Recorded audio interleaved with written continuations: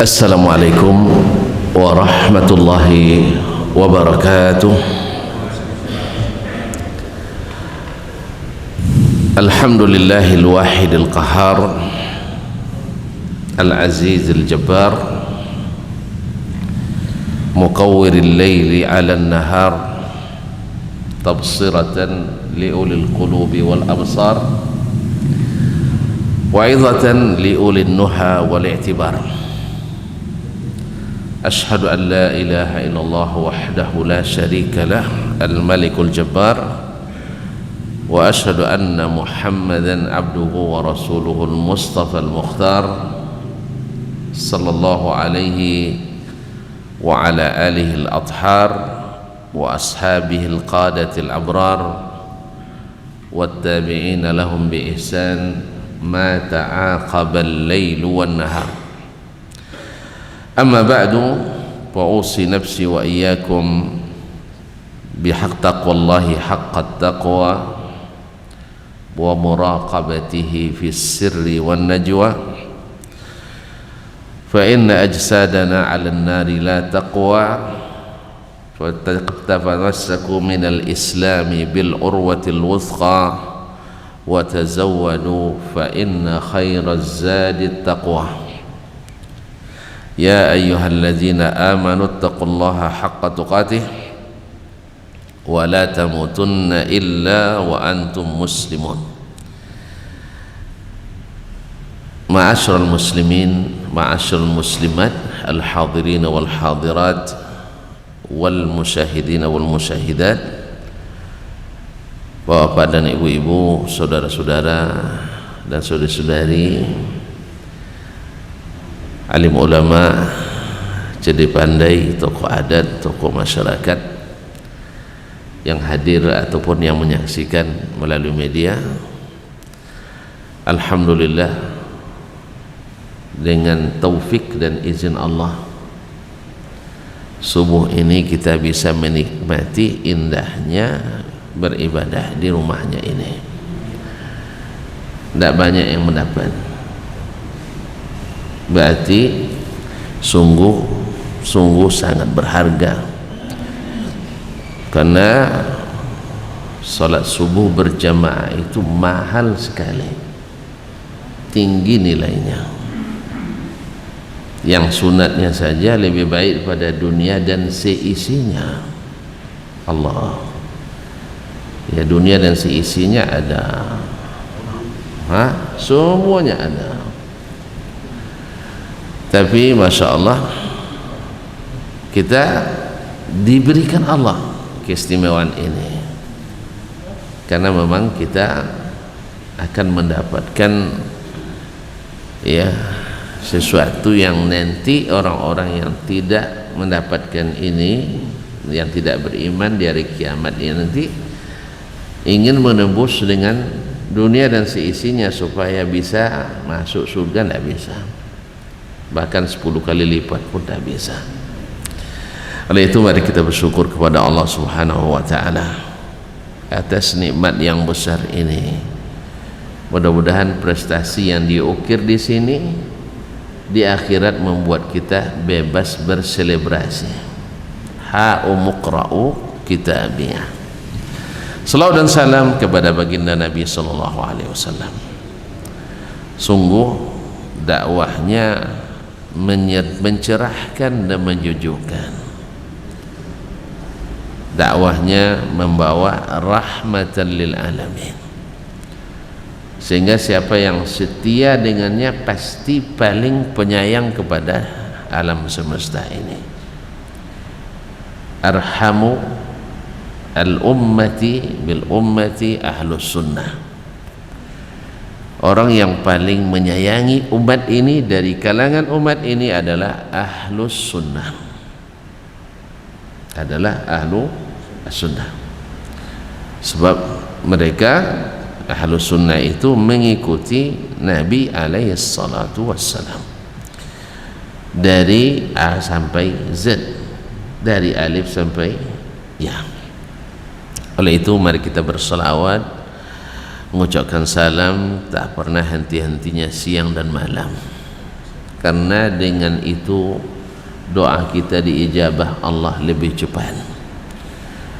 Oleh itu kaum muslimin dan muslimat, salawat juga bersambung kepada ahlu baitnya, para anak dan istrinya, cucu dan cicit keturunannya, para sahabat yang dulu setia berjuang, berdakwah, berjihad bersamanya, dan para tabi'in yang setia meniti dan mengikuti jalannya. Bapak dan ibu kaum muslimin dan muslimat dirahmati Allah, mohon izin kepada alim ulama, jadi pandai, para ustadz di sini. Saya jauh-jauh dari Riau, tiba-tiba cakap pula, lebih tinggi pula duduknya. Ya, entah kenapa pula, tidak bisa dibawa aja Ustaz. Nah, mohon izin, ya, tidak lama-lama katanya, hanya sampai selesai. Saya tidak biasa lama-lama, serius santai sampai selesai.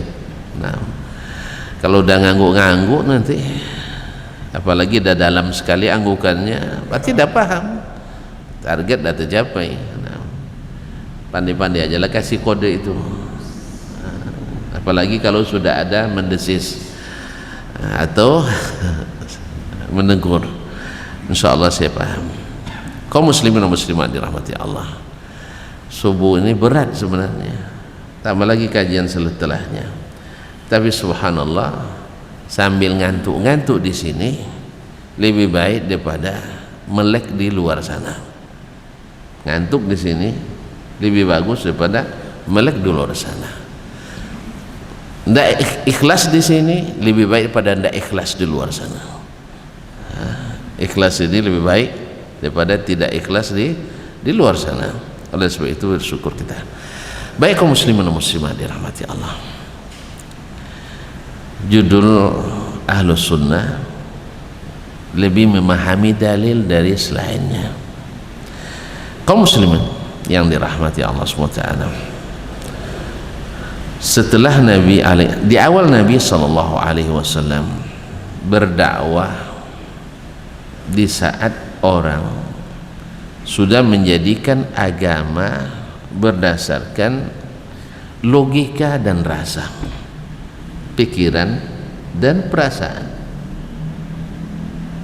Dulu Makkah itu dijadikan oleh Allah sebagai pusat pentauhidan kepada Allah Subhanahu wa taala. Inna awwala baitin wudi'a lin-nasi lalladzi bi Bakkatan mubarakan. Yang diberkahi, sesungguhnya rumah pertama yang dibangun di atas permukaan bumi untuk manusia beribadah kepada Allah adalah yang dia terletak di Makkah, yang diberkahi. Jadi ini yang pertama. Dan ketika Nabi Ibrahim alaihissalam meninggalkan keluarganya di situ, di antara doa yang beliau ucapkan, wajadubni wa baniyya an na'budal asnam, jauhkan aku dan keturunanku, anak-anakku, dari menyembah berhala. Subhanallah, Allah juga memerintahkan, wa ahidna ila Ibrahim wa Ismaila an tahira baitiya lit-taifina wal akifina war ruk'is sujud. Dan kami perintahkan kepada Ibrahim dan Ismail, bersihkan rumahku ini dari apa? Dari kesyirikan-kesyirikan. Sebab apa? Di sini akan digunakan oleh orang-orang yang tawaf, orang-orang yang seruku dan orang yang sujud, yang hanya boleh diberikan kepada sang pemilik hakiki alam semesta ini, Rabbul Alamin. Singkat cerita, selesai masa itu, lama antara Nabi Ibrahim dan Nabi Ismail dengan Nabi kita Muhammad sallallahu alaihi wasallam, ya, lebih kurang 1200 tahun, cukup lama ya. Ada yang umur 1000 tahun di sini? Oh, enggak ada. 1100 tahun kurang. Sama dengan sekarang antara kita dengan Nabi besar Muhammad sallallahu alaihi wasallam sudah 1432 tahun lebih kurang sampai sekarang. Nah, akhirnya pemahaman agama semakin hari semakin luntur, ilmu semakin lama semakin hilang. Karena apa? Yang namanya manusia selalu dihadapkan dengan dua masalah besar, fitnah syubhat dan fitnah syahwat. Kadang-kadang kedua-duanya berkolaborasi, bergabung dia untuk menghancurkan kita. Kadang-kadang satu-satu. Makanya untuk menghadang itu, menghadapi itu diperlukan dua kekuatan, kekuatan ilmu, kekuatan amal.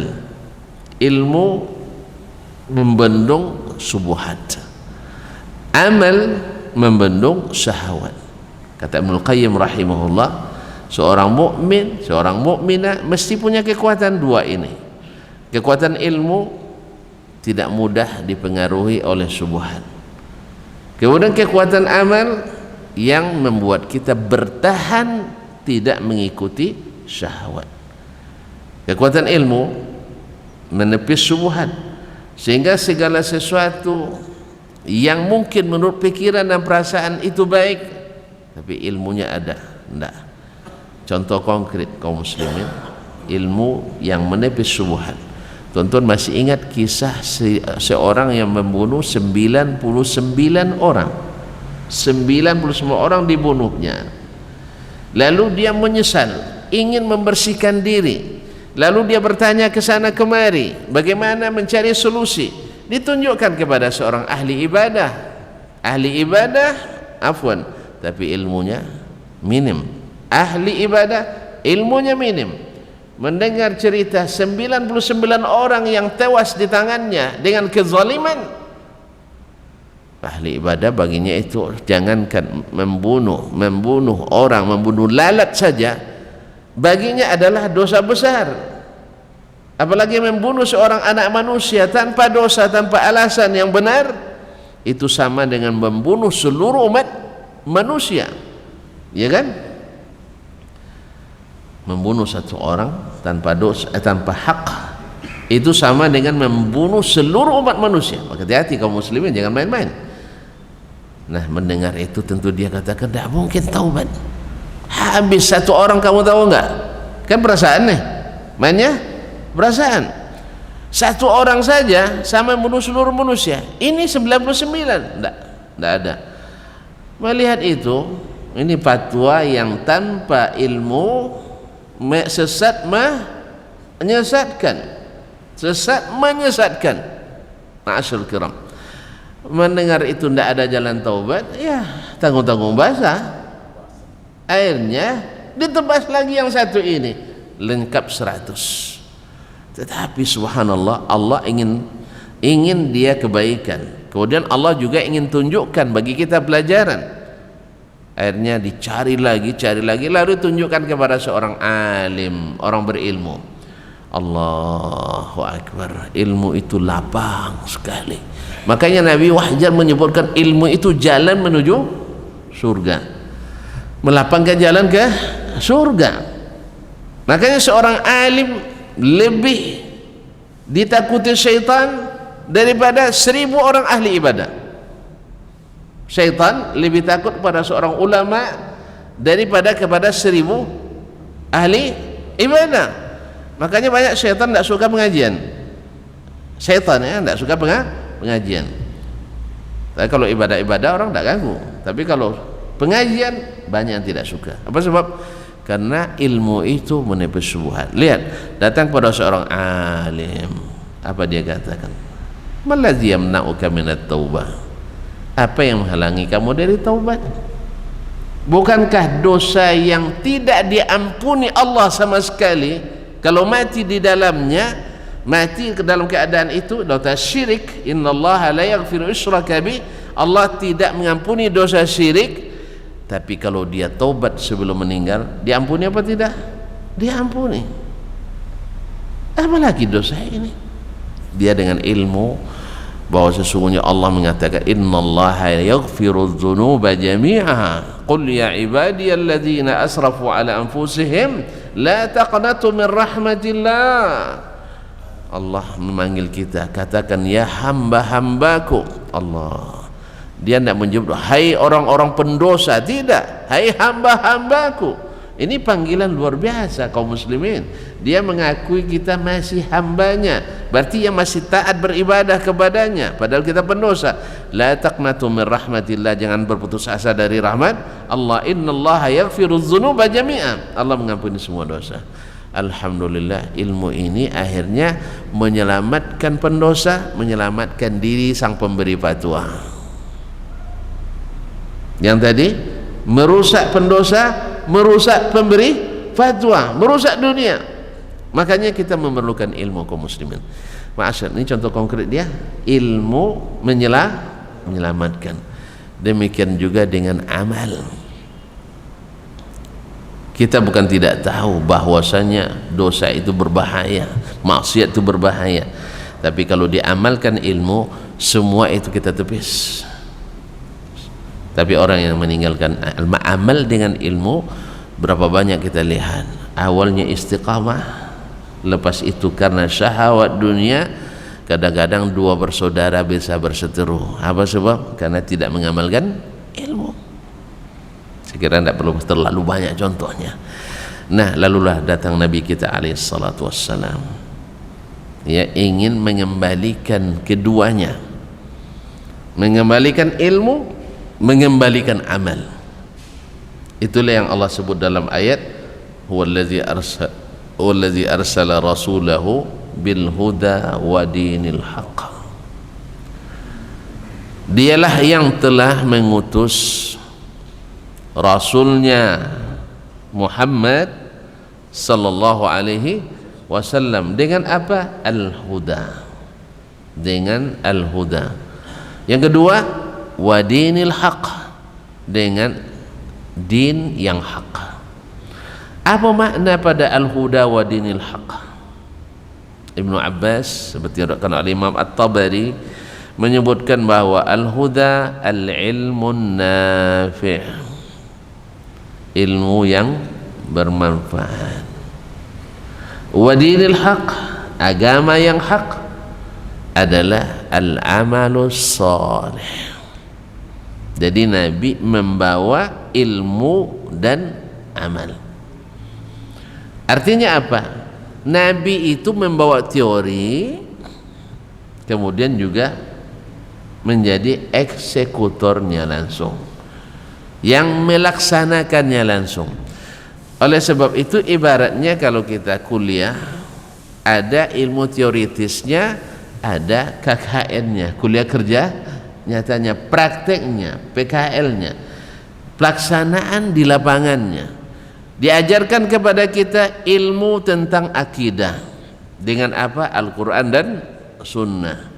Lalu Nabi sendiri memperlihatkan makna itu kepada kita dalam kehidupan sehari-hari. Nabi adalah orang yang paling sami'na wa ata'na, karena memang perintah Allah itu didengar dan dilaksanakan, didengar dan ditaati. Maka Nabi alaihissalatu wassalam selalu taat akan perintah Allah subhanahu wa ta'ala. Ini akidahnya.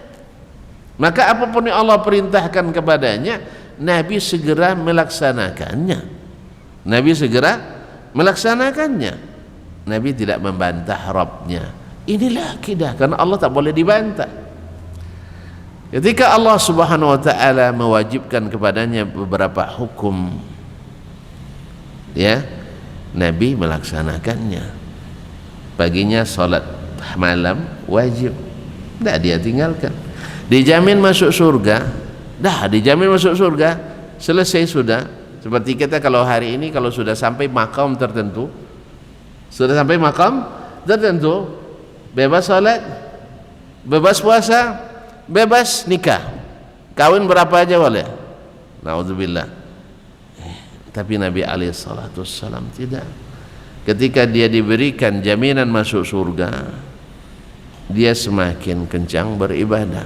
Berarti beliau bukan hanya seorang penganjur, tetapi juga sekaligus sebagai eksekutor. Jadi oleh sebab itu para sahabat belajar ke Nabi SAW.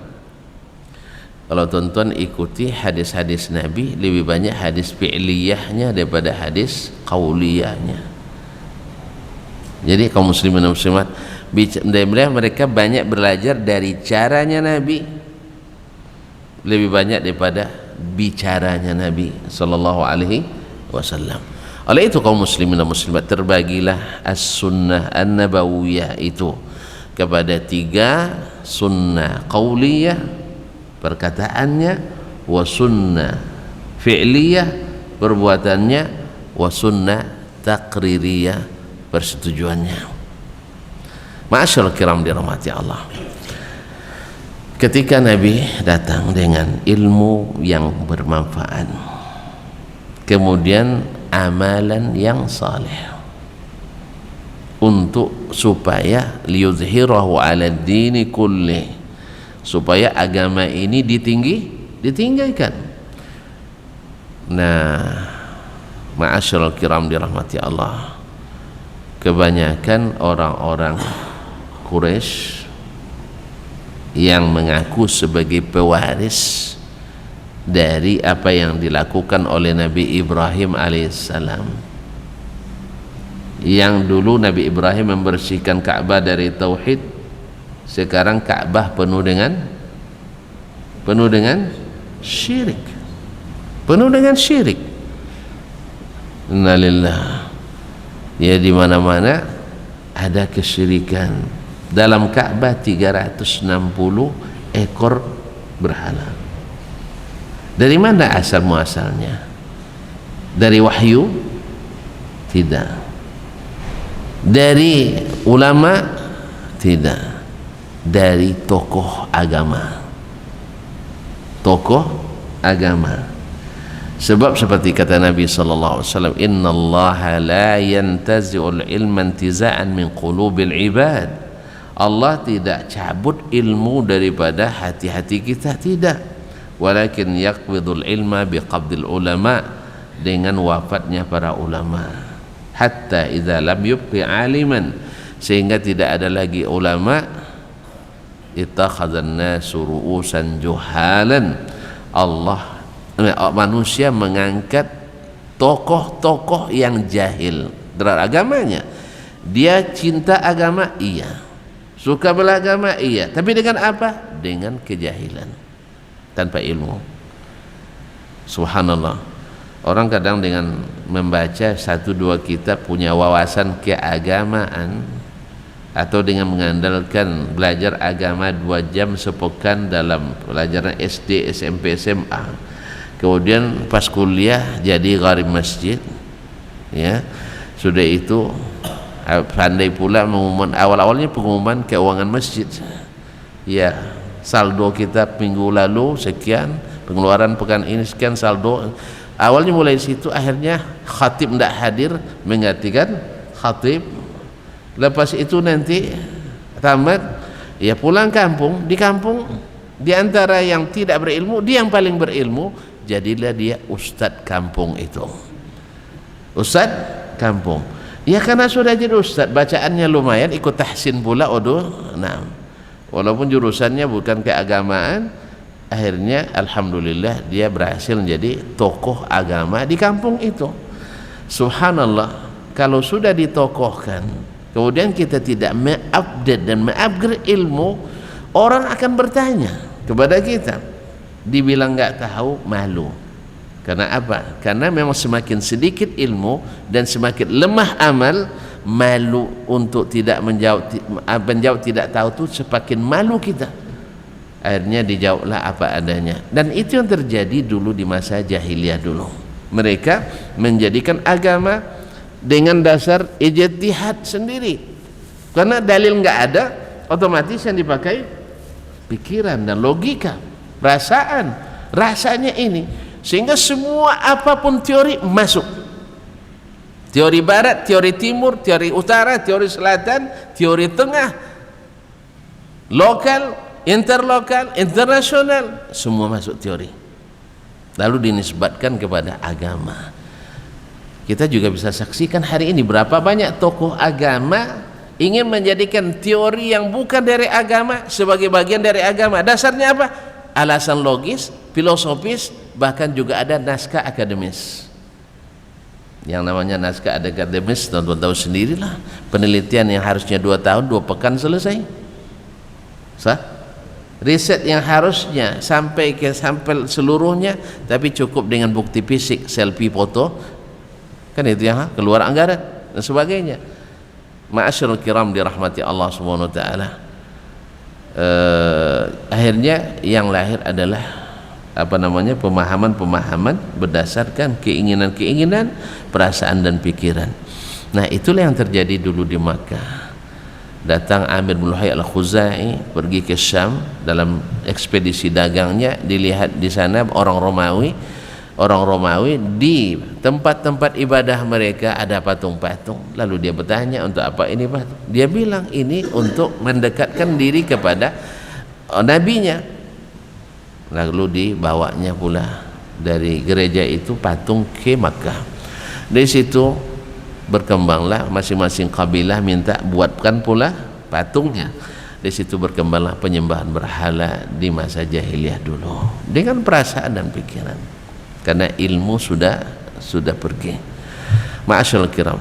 Nah, sekarang datang Nabi sallallahu alaihi wasallam untuk membersihkan kembali yang sudah dikotori oleh orang-orang jahiliyah itu dulu. Subhanallah, berat niat perjuangan Nabi alaihi salatu wassalam. Sebab apa? Di satu sisi dia harus menyampaikan, karena yang namanya syirik itu tidak terampuni. Cuman masalahnya yang akan dihadapi adalah keluarga, tokoh-tokoh yang merupakan kerabat semua dari orang-orang Quraisy. Tentu saja perintah Allah lebih tinggi daripada perintah manapun.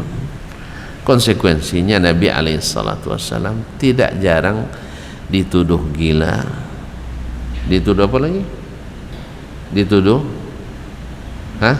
Dituduh ekstrim, dituduh ini dan itu. Nabi alaihissalam, alhamdulillah kita hari ini kalau berdakwah tidak sampai dituduh gila.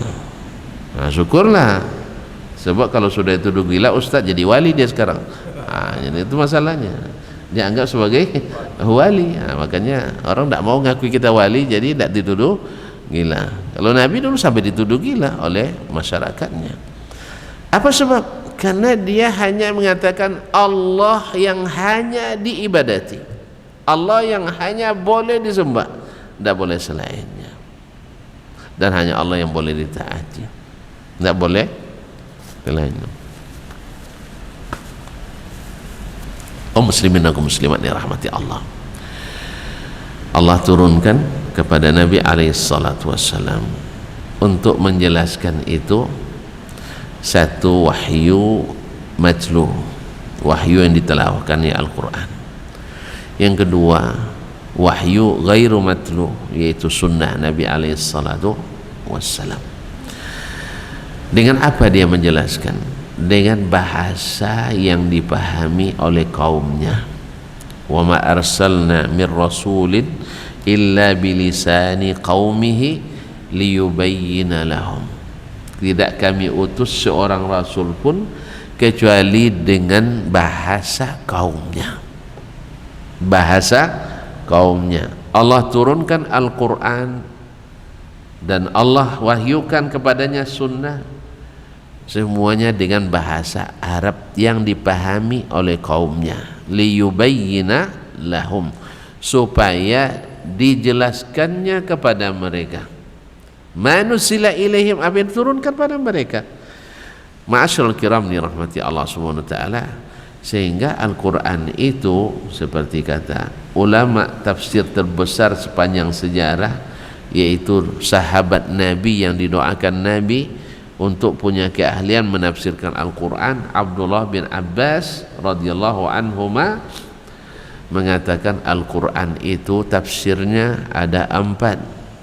Tafsir Al-Quran itu ada 4. Satu, semua orang boleh paham, langsung paham dengan membaca apa yang di depannya, langsung paham, ya. Tafsir yang dipahami oleh semua orang. Jelas kaum muslimin muslimat dirahmati Allah SWT, dibaca Al-Quran orang langsung paham. Misalnya Alhamdulillahi Rabbil Alamin, nah, segala puji bagi Allah Rabb semesta alam. Ada yang tidak paham? Ada yang tidak paham? Langsung paham kan tidak? Bahwa segala puji hanya milik Allah, pemilik seluruh alam. Ar-Rahmanir Rahim, Maha Pengasih, yang berarti sifat Allah pengasih dan penyayang. Apa lagi? Iyyaka na'budu wa iyyaka nasta'in, hanya kepadamu kami beribadah, hanya kepadamu kami minta pertolongan. Orang langsung paham. Ini sebelum masuk subuhat ini, ya. Ini sebelum dengarkan ayat ini orang langsung paham. Apa lagi? Ihdinas siratal mustaqim, tunjukkan kami jalan yang lurus, berarti minta hidayah kepada Allah SWT. Siratal ladzina an'amta alaihim, jalan orang yang telah engkau beri nikmat pada mereka. Pada mereka ghairil maghdubi alaihim waladdallin, bukan jalan orang yang dimurkai dan bukan jalan orang yang sesat. Nah, minta itu pada Allah SWT. Ini orang paham, ya, bisa langsung paham. Nah, yang kedua kata Ibnu Abbas, yaitu tafsir yang dipahami oleh orang Arab dengan bahasa Arabnya. Orang Arab mendengarnya langsung paham, kita mungkin belum, ya. Misalnya ada orang Badui baru masuk Islam, sholat di belakang imam, dia tidak hafal Quran, baru masuk Islam, masa hafal Quran? Hah? Imam membaca was-sariqu was-sariqatu faqata'u aydiyahuma jazaa'an bima kasaba nakalam minallah. Di ujungnya dia baca wallahu ghafurur rahim. Orang Badui bilang subhanallah, subhanallah. Kenapa wallahu ghafurur rahim? Hah? Diulang lagi sama imam, wallahu ghafurur rahim, dia bilang subhanallah, sampai imam bilang wallahu azizun hakim, Allah maha perkasa, maha bijaksana. Kan ayatnya pencuri laki-laki, pencuri perempuan, potong tangannya. Ngeri dengarnya, ya, tapi aman. Tuan-tuan, dengan diterapkannya hukum ini, misalnya di Arab Saudi, sebuah riset oleh Badan Kriminologi Dunia membuktikan bahwasanya sejak diterapkan hukum Islam di Arab Saudi, maka angka kejahatan kriminalitas 13 tahun di Arab Saudi sebanding dengan 1 menit di Chicago, Amerika Serikat. Yang pandai ngitung cepat tolong, berapa menit itu 13 tahun? Hah? 13 tahun di Arab Saudi, angka kriminalitasnya sebanding dengan 1 menit di kota Chicago, Amerika Serikat. Pernah ke Amerika? Kalau lihat film Amerika seringnya 6. Coba film-film detektif datang dari mana banyaknya? Hah? Dari mana banyaknya? Ya film barat. Film itu adalah gambaran patriotis sosial masyarakat. Lahir ide-ide itu. Dia ada? Hah? Kisah-kisah kriminalitas, horor, di mana banyaknya? Barat. Karena memang kasusnya ramai. Kalau yang banyak menari di mana filmnya? Kenapa? Karena latar belakang masyarakatnya suka menari, termasuk juga Afrika. Pokoknya ada yang ahli sosiologi mengatakan apa cara pikir, main sosiologisnya umat bangsa-bangsa, mohon maaf ya, bangsa-bangsa yang dunia ketiga yang miskin-miskin itu memang suka hiburan banyak, maka ahli menari itu banyak lahir dari negeri-negeri yang masih di bawah garis kemiskinan, juga harus berhibur. Allah musta'an. Seperti Afrika, makanya para penari ramai dari negeri-negeri yang di bawah garis kemiskinan, kata ahli sosial. Nah, kembali kepada kriminologi dunia tadi, penelitian dari kriminologi dunia bahwa sesungguhnya 13 tahun di Arab Saudi sebanding dengan 1 menit di kota Chicago, Amerika. Ketemu tadi 13 tahun berapa menit? Ayo kita hitung. 1 jam 60 menit kali 24. Hah? Kan sehari 24 jam, sehari semalam. Kali 30 kali 12. Nah, dikali 13. Nah, berapa semua? Jadi begitulah perbandingan kriminalnya. Ngeri kita dengarnya, tetapi hasilnya luar biasa. Karena orang takut. Makanya saya selama 15 tahun di Arab Saudi, kadang-kadang kan diumumkan secara nasional bahwa akan ada eksekusi ini misalnya qisas. Ya selama saya 15 tahun di sana, ya mungkin sekitar tidak sampai 20 kasus qisas yang diterapkan selama 15 tahun yang saya dengar pengumumannya. Saya menyaksikan hanya 2 kali langsung. Ngeri juga memang melihat, makanya harus disaksikan orang ramai. Akhirnya orang takut melakukan itu, sehingga kaum muslimin dan muslimat itulah hasilnya. Dan untuk tahun 2021 kemarin masih tercatat Arab Saudi sebagai negeri nomor 2 paling aman di dunia. Ini oleh badan PBB mengatakan negeri nomor 2 paling aman di dunia adalah Arab Saudi. Nomor 1 ada negeri kecil di laut Samudra India, apa namanya, saya sering lupa namanya, ingat lupa lagi. Apa, bukan Maladewa, bukan, saya lupa, enggak penting. Yang jelas mungkin 1 RT kita di sini rakyatnya mungkin ya. Jadi memang kecil negerinya, masuk ke negeri itu pakai chip, kayak masuk supermarket kan, ada chipnya kontrolnya. Jadi antum kalau masuk harus pegang chip itu, nanti mau kemana, kemudian tinggal laut lepas. Jadi di situ nomor 1 aman di dunia. Arab Saudi nomor 2 dengan luas daratannya lebih kurang 3 juta kilometer. Masyaallah kiram dirahmati Allah. Ini yang dilakukan. Nah, kembali kepada masalah tadi. Potonglah tangan keduanya, pencuri laki-laki, pencuri perempuan. Jazaan bima kasaba, balasan atas apa yang mereka lakukan, nakalam minallah, sebagai peringatan bagi orang-orang lain dari Allah SWT. Ujungnya dibaca oleh imam tadi, wallahu ghafurur rahim, Allah Maha Pengasih Maha Penyayang. Kalau Maha Pengasih Penyayang diampuni dong. Sah? Allah Maha Pengampun Maha Penyayang, wallahu ghafurur rahim. Kalau diampuni ada hukum lagi. Berarti antara awal ayat dengan ujung ayat tidak matching, kata dalam pikiran Badui tadi. Dia belum hafal Quran sampai dibaca wallahu azizun hakim, Allah maha perkasa, maha hikmah. Memang untuk melaksanakan eksekusi hukum perlu keberanian dan perlu hikmah. Berani saja tidak cukup, hikmah saja tidak cukup, perlu perkasa, berkuasa, dan perlu hikmah. Akhirnya kok kejam sekali ilmu, apanya hukumnya? Bukan, kita untuk menjaga yang ramai, yang satu ini dihukum. Wallahu musta'an. Sehingga orang takut melakukan pencurian. Allah musta'an.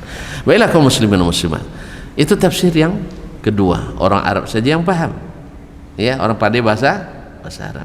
Tafsir ketiga, tafsir yang tidak diketahui kecuali oleh para ulama, dan ini porsinya tidak kebanyakan.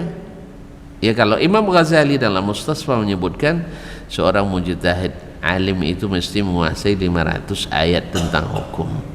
Ternyata hadis-hadis atau ayat-ayat tentang hukum saja yaitu yang berkaitan dengan masalah yang sifatnya dinamis, berubah karena berubahnya masa, tempat dan waktu, yang disebut oleh para ulama dengan al-mutaghayyirat.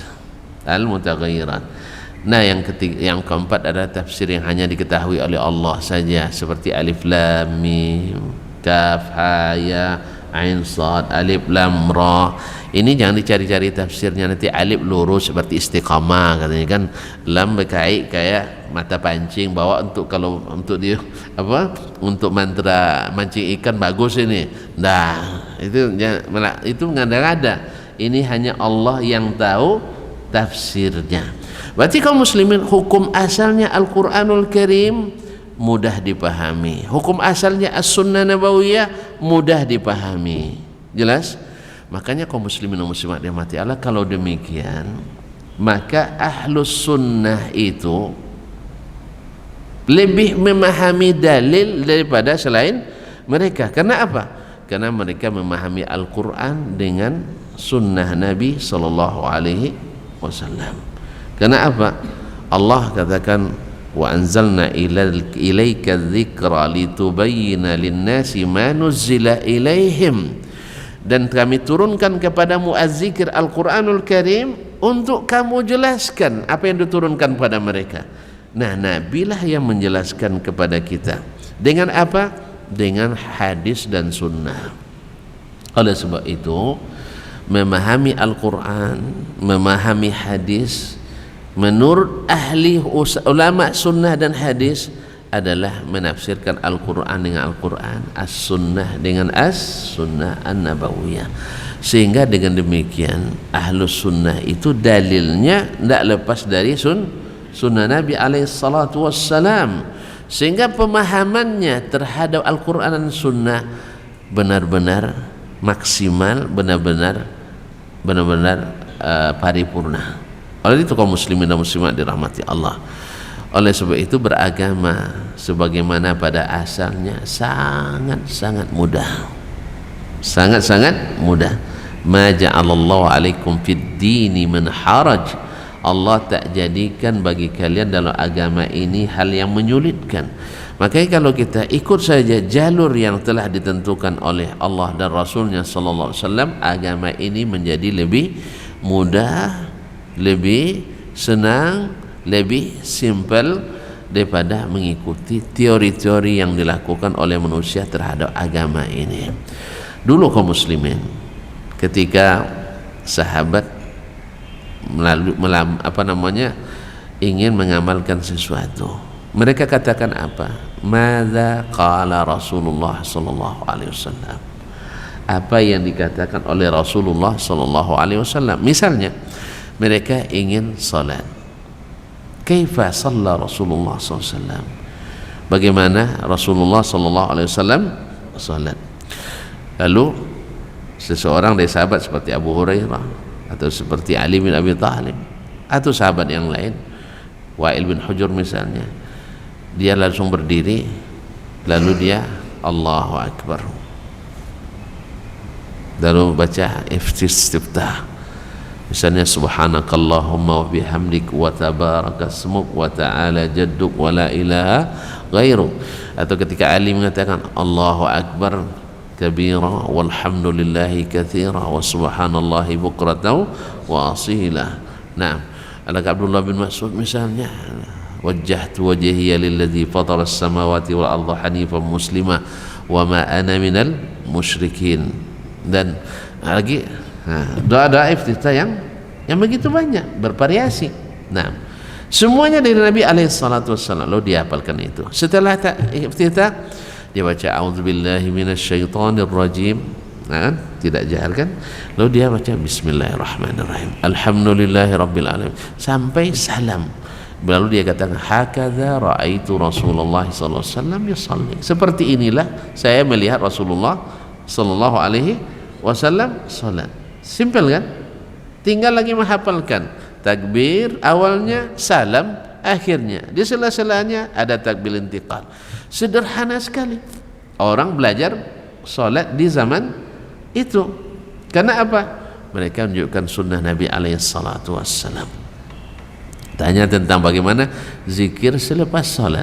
Lalu diajarkan allamani Rasulullah SAW an aqula dubura kulli salah astagfirullah astagfirullah astagfirullah sampai selesai dan seterusnya. Bicara tentang masalah akidah, mereka juga bertanya ke Nabi SAW tentang muamalah ke Nabi SAW, sehingga mereka akhirnya mengikut Nabi SAW dan agama itu menjadi mudah. Lalu ketika mereka tidak bisa melakukannya atau terlupa melakukannya atau tersalah melakukannya, akan ada ulama yang akan menegurnya. Pada zaman itu ulamanya banyak, ya, sedikit penceramah. Kalau di zaman kita penceramah banyak, ulamanya sedikit. Ya tidak masalah, penceramah silakan ceramah, tapi jangan berfatwa. Jangan berfatwa. Allah musta'an. Sekarang banyak yang penceramah belum menjadi ulama tapi sudah berani berfatwa, seperti kata Abdullah bin Mas'ud radhiyallahu anhu. Maka zaman ini beragama lebih sulit dibanding dengan di zaman dulu. Zaman dulu mereka beribadah itu simple, berkeyakinan simple. Tentang bagaimana? Tentang mengetahui hal-hal yang harus diyakini. Mereka cukup mendengarkan Allah dan penjelasan Nabi SAW. Tetapi di saat kita, di zaman kita, orang sudah mulai memakai hal-hal yang tidak dipakai di zaman Nabi SAW untuk memahami keyakinan. Misalnya Nabi mengatakan bahwa fitnatul qabri haq. Nabi sering minta perlindungan kepada Allah dari azab kubur. Nah, seluruh sahabat selalu sebagaimana Nabi SAW meminta perlindungan kepada Allah dari azab kubur, mereka pun ikut Nabi minta perlindungan kepada Allah dari azab kubur dan yakin bahwa azab kubur itu ada, pertanyaan di kuburan itu ada. Lalu di zaman kita mulailah orang berpikir tidak dengan dalil, tidak memakai sunnah Nabi SAW. Gimana? Diletakkannya alat detektor di dalam kubur atau tape recorder atau kamera CCTV yang di luar aja tidak bisa menangkap apalagi yang dalam kubur. Dia lupa bahwa yang alam barzakh itu bukan kuburan, ini masih alam dunia. Kuburan tanah itu alam dunia. Maka ketika tidak terdeteksi, dia bilang ini hanya omong kosong Nabi. Pak subhanallah, balik lagi jahiliyah seperti dulu yang mengatakan Nabi berdusta. Sama. Bedanya sekarang dia sudah mereknya Islam, bahkan tokoh Muslim, tapi dia mengingkari Nabi SAW. Berarti dia paham dalil atau tidak? Tidak paham, karena dia bukan ahli sunnah dalam masalah ini. Ketika bicara tentang Allah Subhanahu wa ta'ala, ya misalnya ini bulan apa ini? Desember. Enggak, bulan apa? Hah?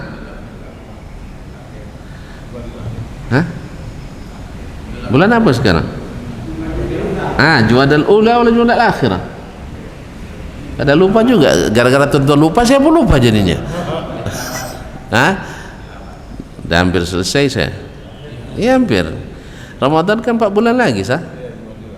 Jumadil akhir hampir selesai. Kalau tengok bulan mungkin 2 atau 3 hari lagi. Rajab di depan mata. Ya. Bulan Rajab depan mata ni. Tak apa lagi. Kita balik Muharram, Safar, Rabiul Awal, Rabiul Akhir, Jumadil Ula, Jumadil Akhirah. Rajab, Sya'ban, Ramadan. Berarti Ramadan berapa bulan lagi? Ya sekira 3 bulan, 2 bulan. 2 bulan lebih lah. Ini tidak pernah berdoa minta Ramadan cepat dinampaknya. Lambat lagi Ramadan. Kaum muslimin dan muslimat rahmati Allah. Bulan Rajab. Ya, saya bulan Rajab umat Islam di Indonesia ada tanggal merahnya kan? Ada tanggal 27 Rajab. Ceramahlah Ustaz di malam peringatan Isra Mi'raj. Nah, Jadi Nabi SAW, lengkap ceritanya hadis Sahih Bukhari, dari Makkah Masjidil Haram menuju Masjidil Aqsa. Ini disebut Isra. Isra artinya berjalan di malam hari. Terus dari Masjidil Aqsa Nabi dimi'rajkan. Mi'rajnya kan kemana? Ya ke atas. Ke atas. Kan ada proses dalam hadis. Sampai di langit pertama diucapkan salam oleh Jibril. Assalamualaikum. Siapa? Jibril. Waman ma'ak. Belum dibuka kan ini? Karena ketat penjagaan di atas. Ya, ketat sekali, super ketat di atas. Lalu ditanya, man ma'ak, siapa bersamamu? Muhammad. Aqad bu'itsa ilaihi, sudah diutus untuk datang? Katanya sudah. Ketemu Nabi Adam, ruhnya Nabi Adam di atas. Udah naik lagi ke langit kedua, prosesnya sama. Langit ketiga, langit keempat, kelima, keenam, ketujuh, sampai lewat ke atas, naik Sidratul Muntaha, sampai Nabi ke makam yang Jibril juga ikut di situ, bermunajat dengan Allah Tabaraka wa Ta'ala. Lalu diberikan perintah salat 50 waktu sehari semalam. Tuan-tuan, 50 waktu sehari semalam. Awak yang 5 waktu saja, ya Allah, 5 waktu saja dah minta ampun, kita tobat. Ya, ini 50 waktu, 50 waktu. Akhirnya turun kali Nabi SAW. Nabi kan tidak membantah, Nabi kan tidak boleh membantah Allah Subhanahu Wa Taala. Lalu datang sampai Nabi Musa di langit kelima. Ya Muhammad, khabirtu Bani Israel, saya sudah berpengalaman dengan Bani Israel. Tidak sanggup umatmu, koci-koci umatmu tuh. Ya, Bani Israel itu besar-besar orangnya. Tidak sanggup umatmu. Ya untunglah kita punya utang budi sama Nabi Musa alaihissalam ini. Besok cari Nabi Musa ya. Iya, cium tangannya sampai di sana nanti. Kita terima kasih Nabi Musa, engkau telah selamatkan kami. Yang 5 waktu ini saja, menurut survei 93% umat Islam tidak sholat. Nauzubillah. Semoga salah Pak ya. Semoga salah. Karena survei kan tidak seluruhnya. Termasuk di negeri-negeri katanya 93%. Kayak masuk akal juga kayaknya. Kalau nengok kondisi kita hari ini kayaknya masuk akal juga ya. Iya tak? Tapi semoga tidak benar. Saya berharap tidak benar. Alhamdulillah, ini insyaallah dengan mengaji kita balik mengaji, insyaallah umat Islam yang tidak sholat semakin diminimalisir. Naam. Ma'asyiral kiram dirahmati Allah. Turun Nabi Musa, sampai Nabi Musa bilang minta keringanan. Kemana Nabi? Naik lagi. Naik sampai ke makam tadi, minta ke Allah dikurangi 10. Riwayat lain mengatakan dikurangi 5. Ini Ustaz menceritakan ini sampai selesai. Turun lagi, udah berapa? Tinggal 40. Oh ya Muhammad, tidak bisa, tolong minta keringanan sama Rahmu, minta lagi. Umatmu tak akan sanggup. Saya sudah coba Bani Israel, tidak sanggup mereka. Akhirnya naik lagi Nabi SAW, turun lagi, naik lagi, turun lagi, naik lagi, sampai tinggal 5. Dan Allah SWT Maha Pemurah Maha Penyayang, Allah jadikan 5 ini nilainya 50. Allah, makanya patut lebih baik daripada dunia dan 5 dihitung 50. Kalau solat di rumah 1, kalau solat masjid 27 kali 5 50. Allah, makanya rugi kalau tidak ke masjid. Ya tak? Makanya rugi kalau tidak masjid. Makanya sahabat dulu paham hadis Nabi, paham sunnah Nabi, paham dalil, dia rata-rata mereka di masjid. Kalau kita sekarang yang tidak mengikuti sunnah, tidak paham dalil, akhirnya solatnya di ruang-ruang sempit. Yang di kantor di sela-sela mejanya, padahal di sini lebih ramai, lebih banyak, lebih senang, lebih lapang. Apalagi ada kipas, ada AC, ada pengajian. Masya Allah. Duduk saja di sini, tidak dengar kaji pun dapat pahala. Coba bayangkan, datang dalam hadis kursi, ada orang yang datangnya entah ngapain datang, bisa saja ada kawan berhutang nak cari-cari, mudah-mudahan di masjid datang, kabarnya dah mulai ngaji dia sekarang katanya kan, dicari masjid. Atau mungkin ada sebagian nak nengok-nengok, jangan-jangan ustadznya banyak pula salahnya, kan macam-macam tujuan orang. Tapi dia duduk di majlis, Allah berikan ampunan. Allah Makanya banyak orang setelah awalnya datang untuk ngintip-ngintip kaji, akhirnya kepincut sama kaji. Alhamdulillah, benar itu. Karena diberikan ampunan, lapang dirinya, tentram jiwanya, masuk masjid ini menenangkan. Naik ke atas lagi, turun lagi, tinggal 50, tinggal 5, baru Musa pun sebenarnya minta lagi ke Nabi SAW, minta lagi ya Muhammad, kurangi. Tapi Nabi bilang, dah malu saya. Ada berapa kali dia pulak balik? Dah 5 kali, malu saya katanya. Akhirnya Nabi SAW menerima 5. Bukan dia tak sayang sama kita, 5 kali pulak balik Ustaz. Sayang, antum paling kali coba disuruh istri antum belanja, suruh 3 kali nukar, gimana? Ngamuk. 2 kali aja tak sabar kita, iya kan?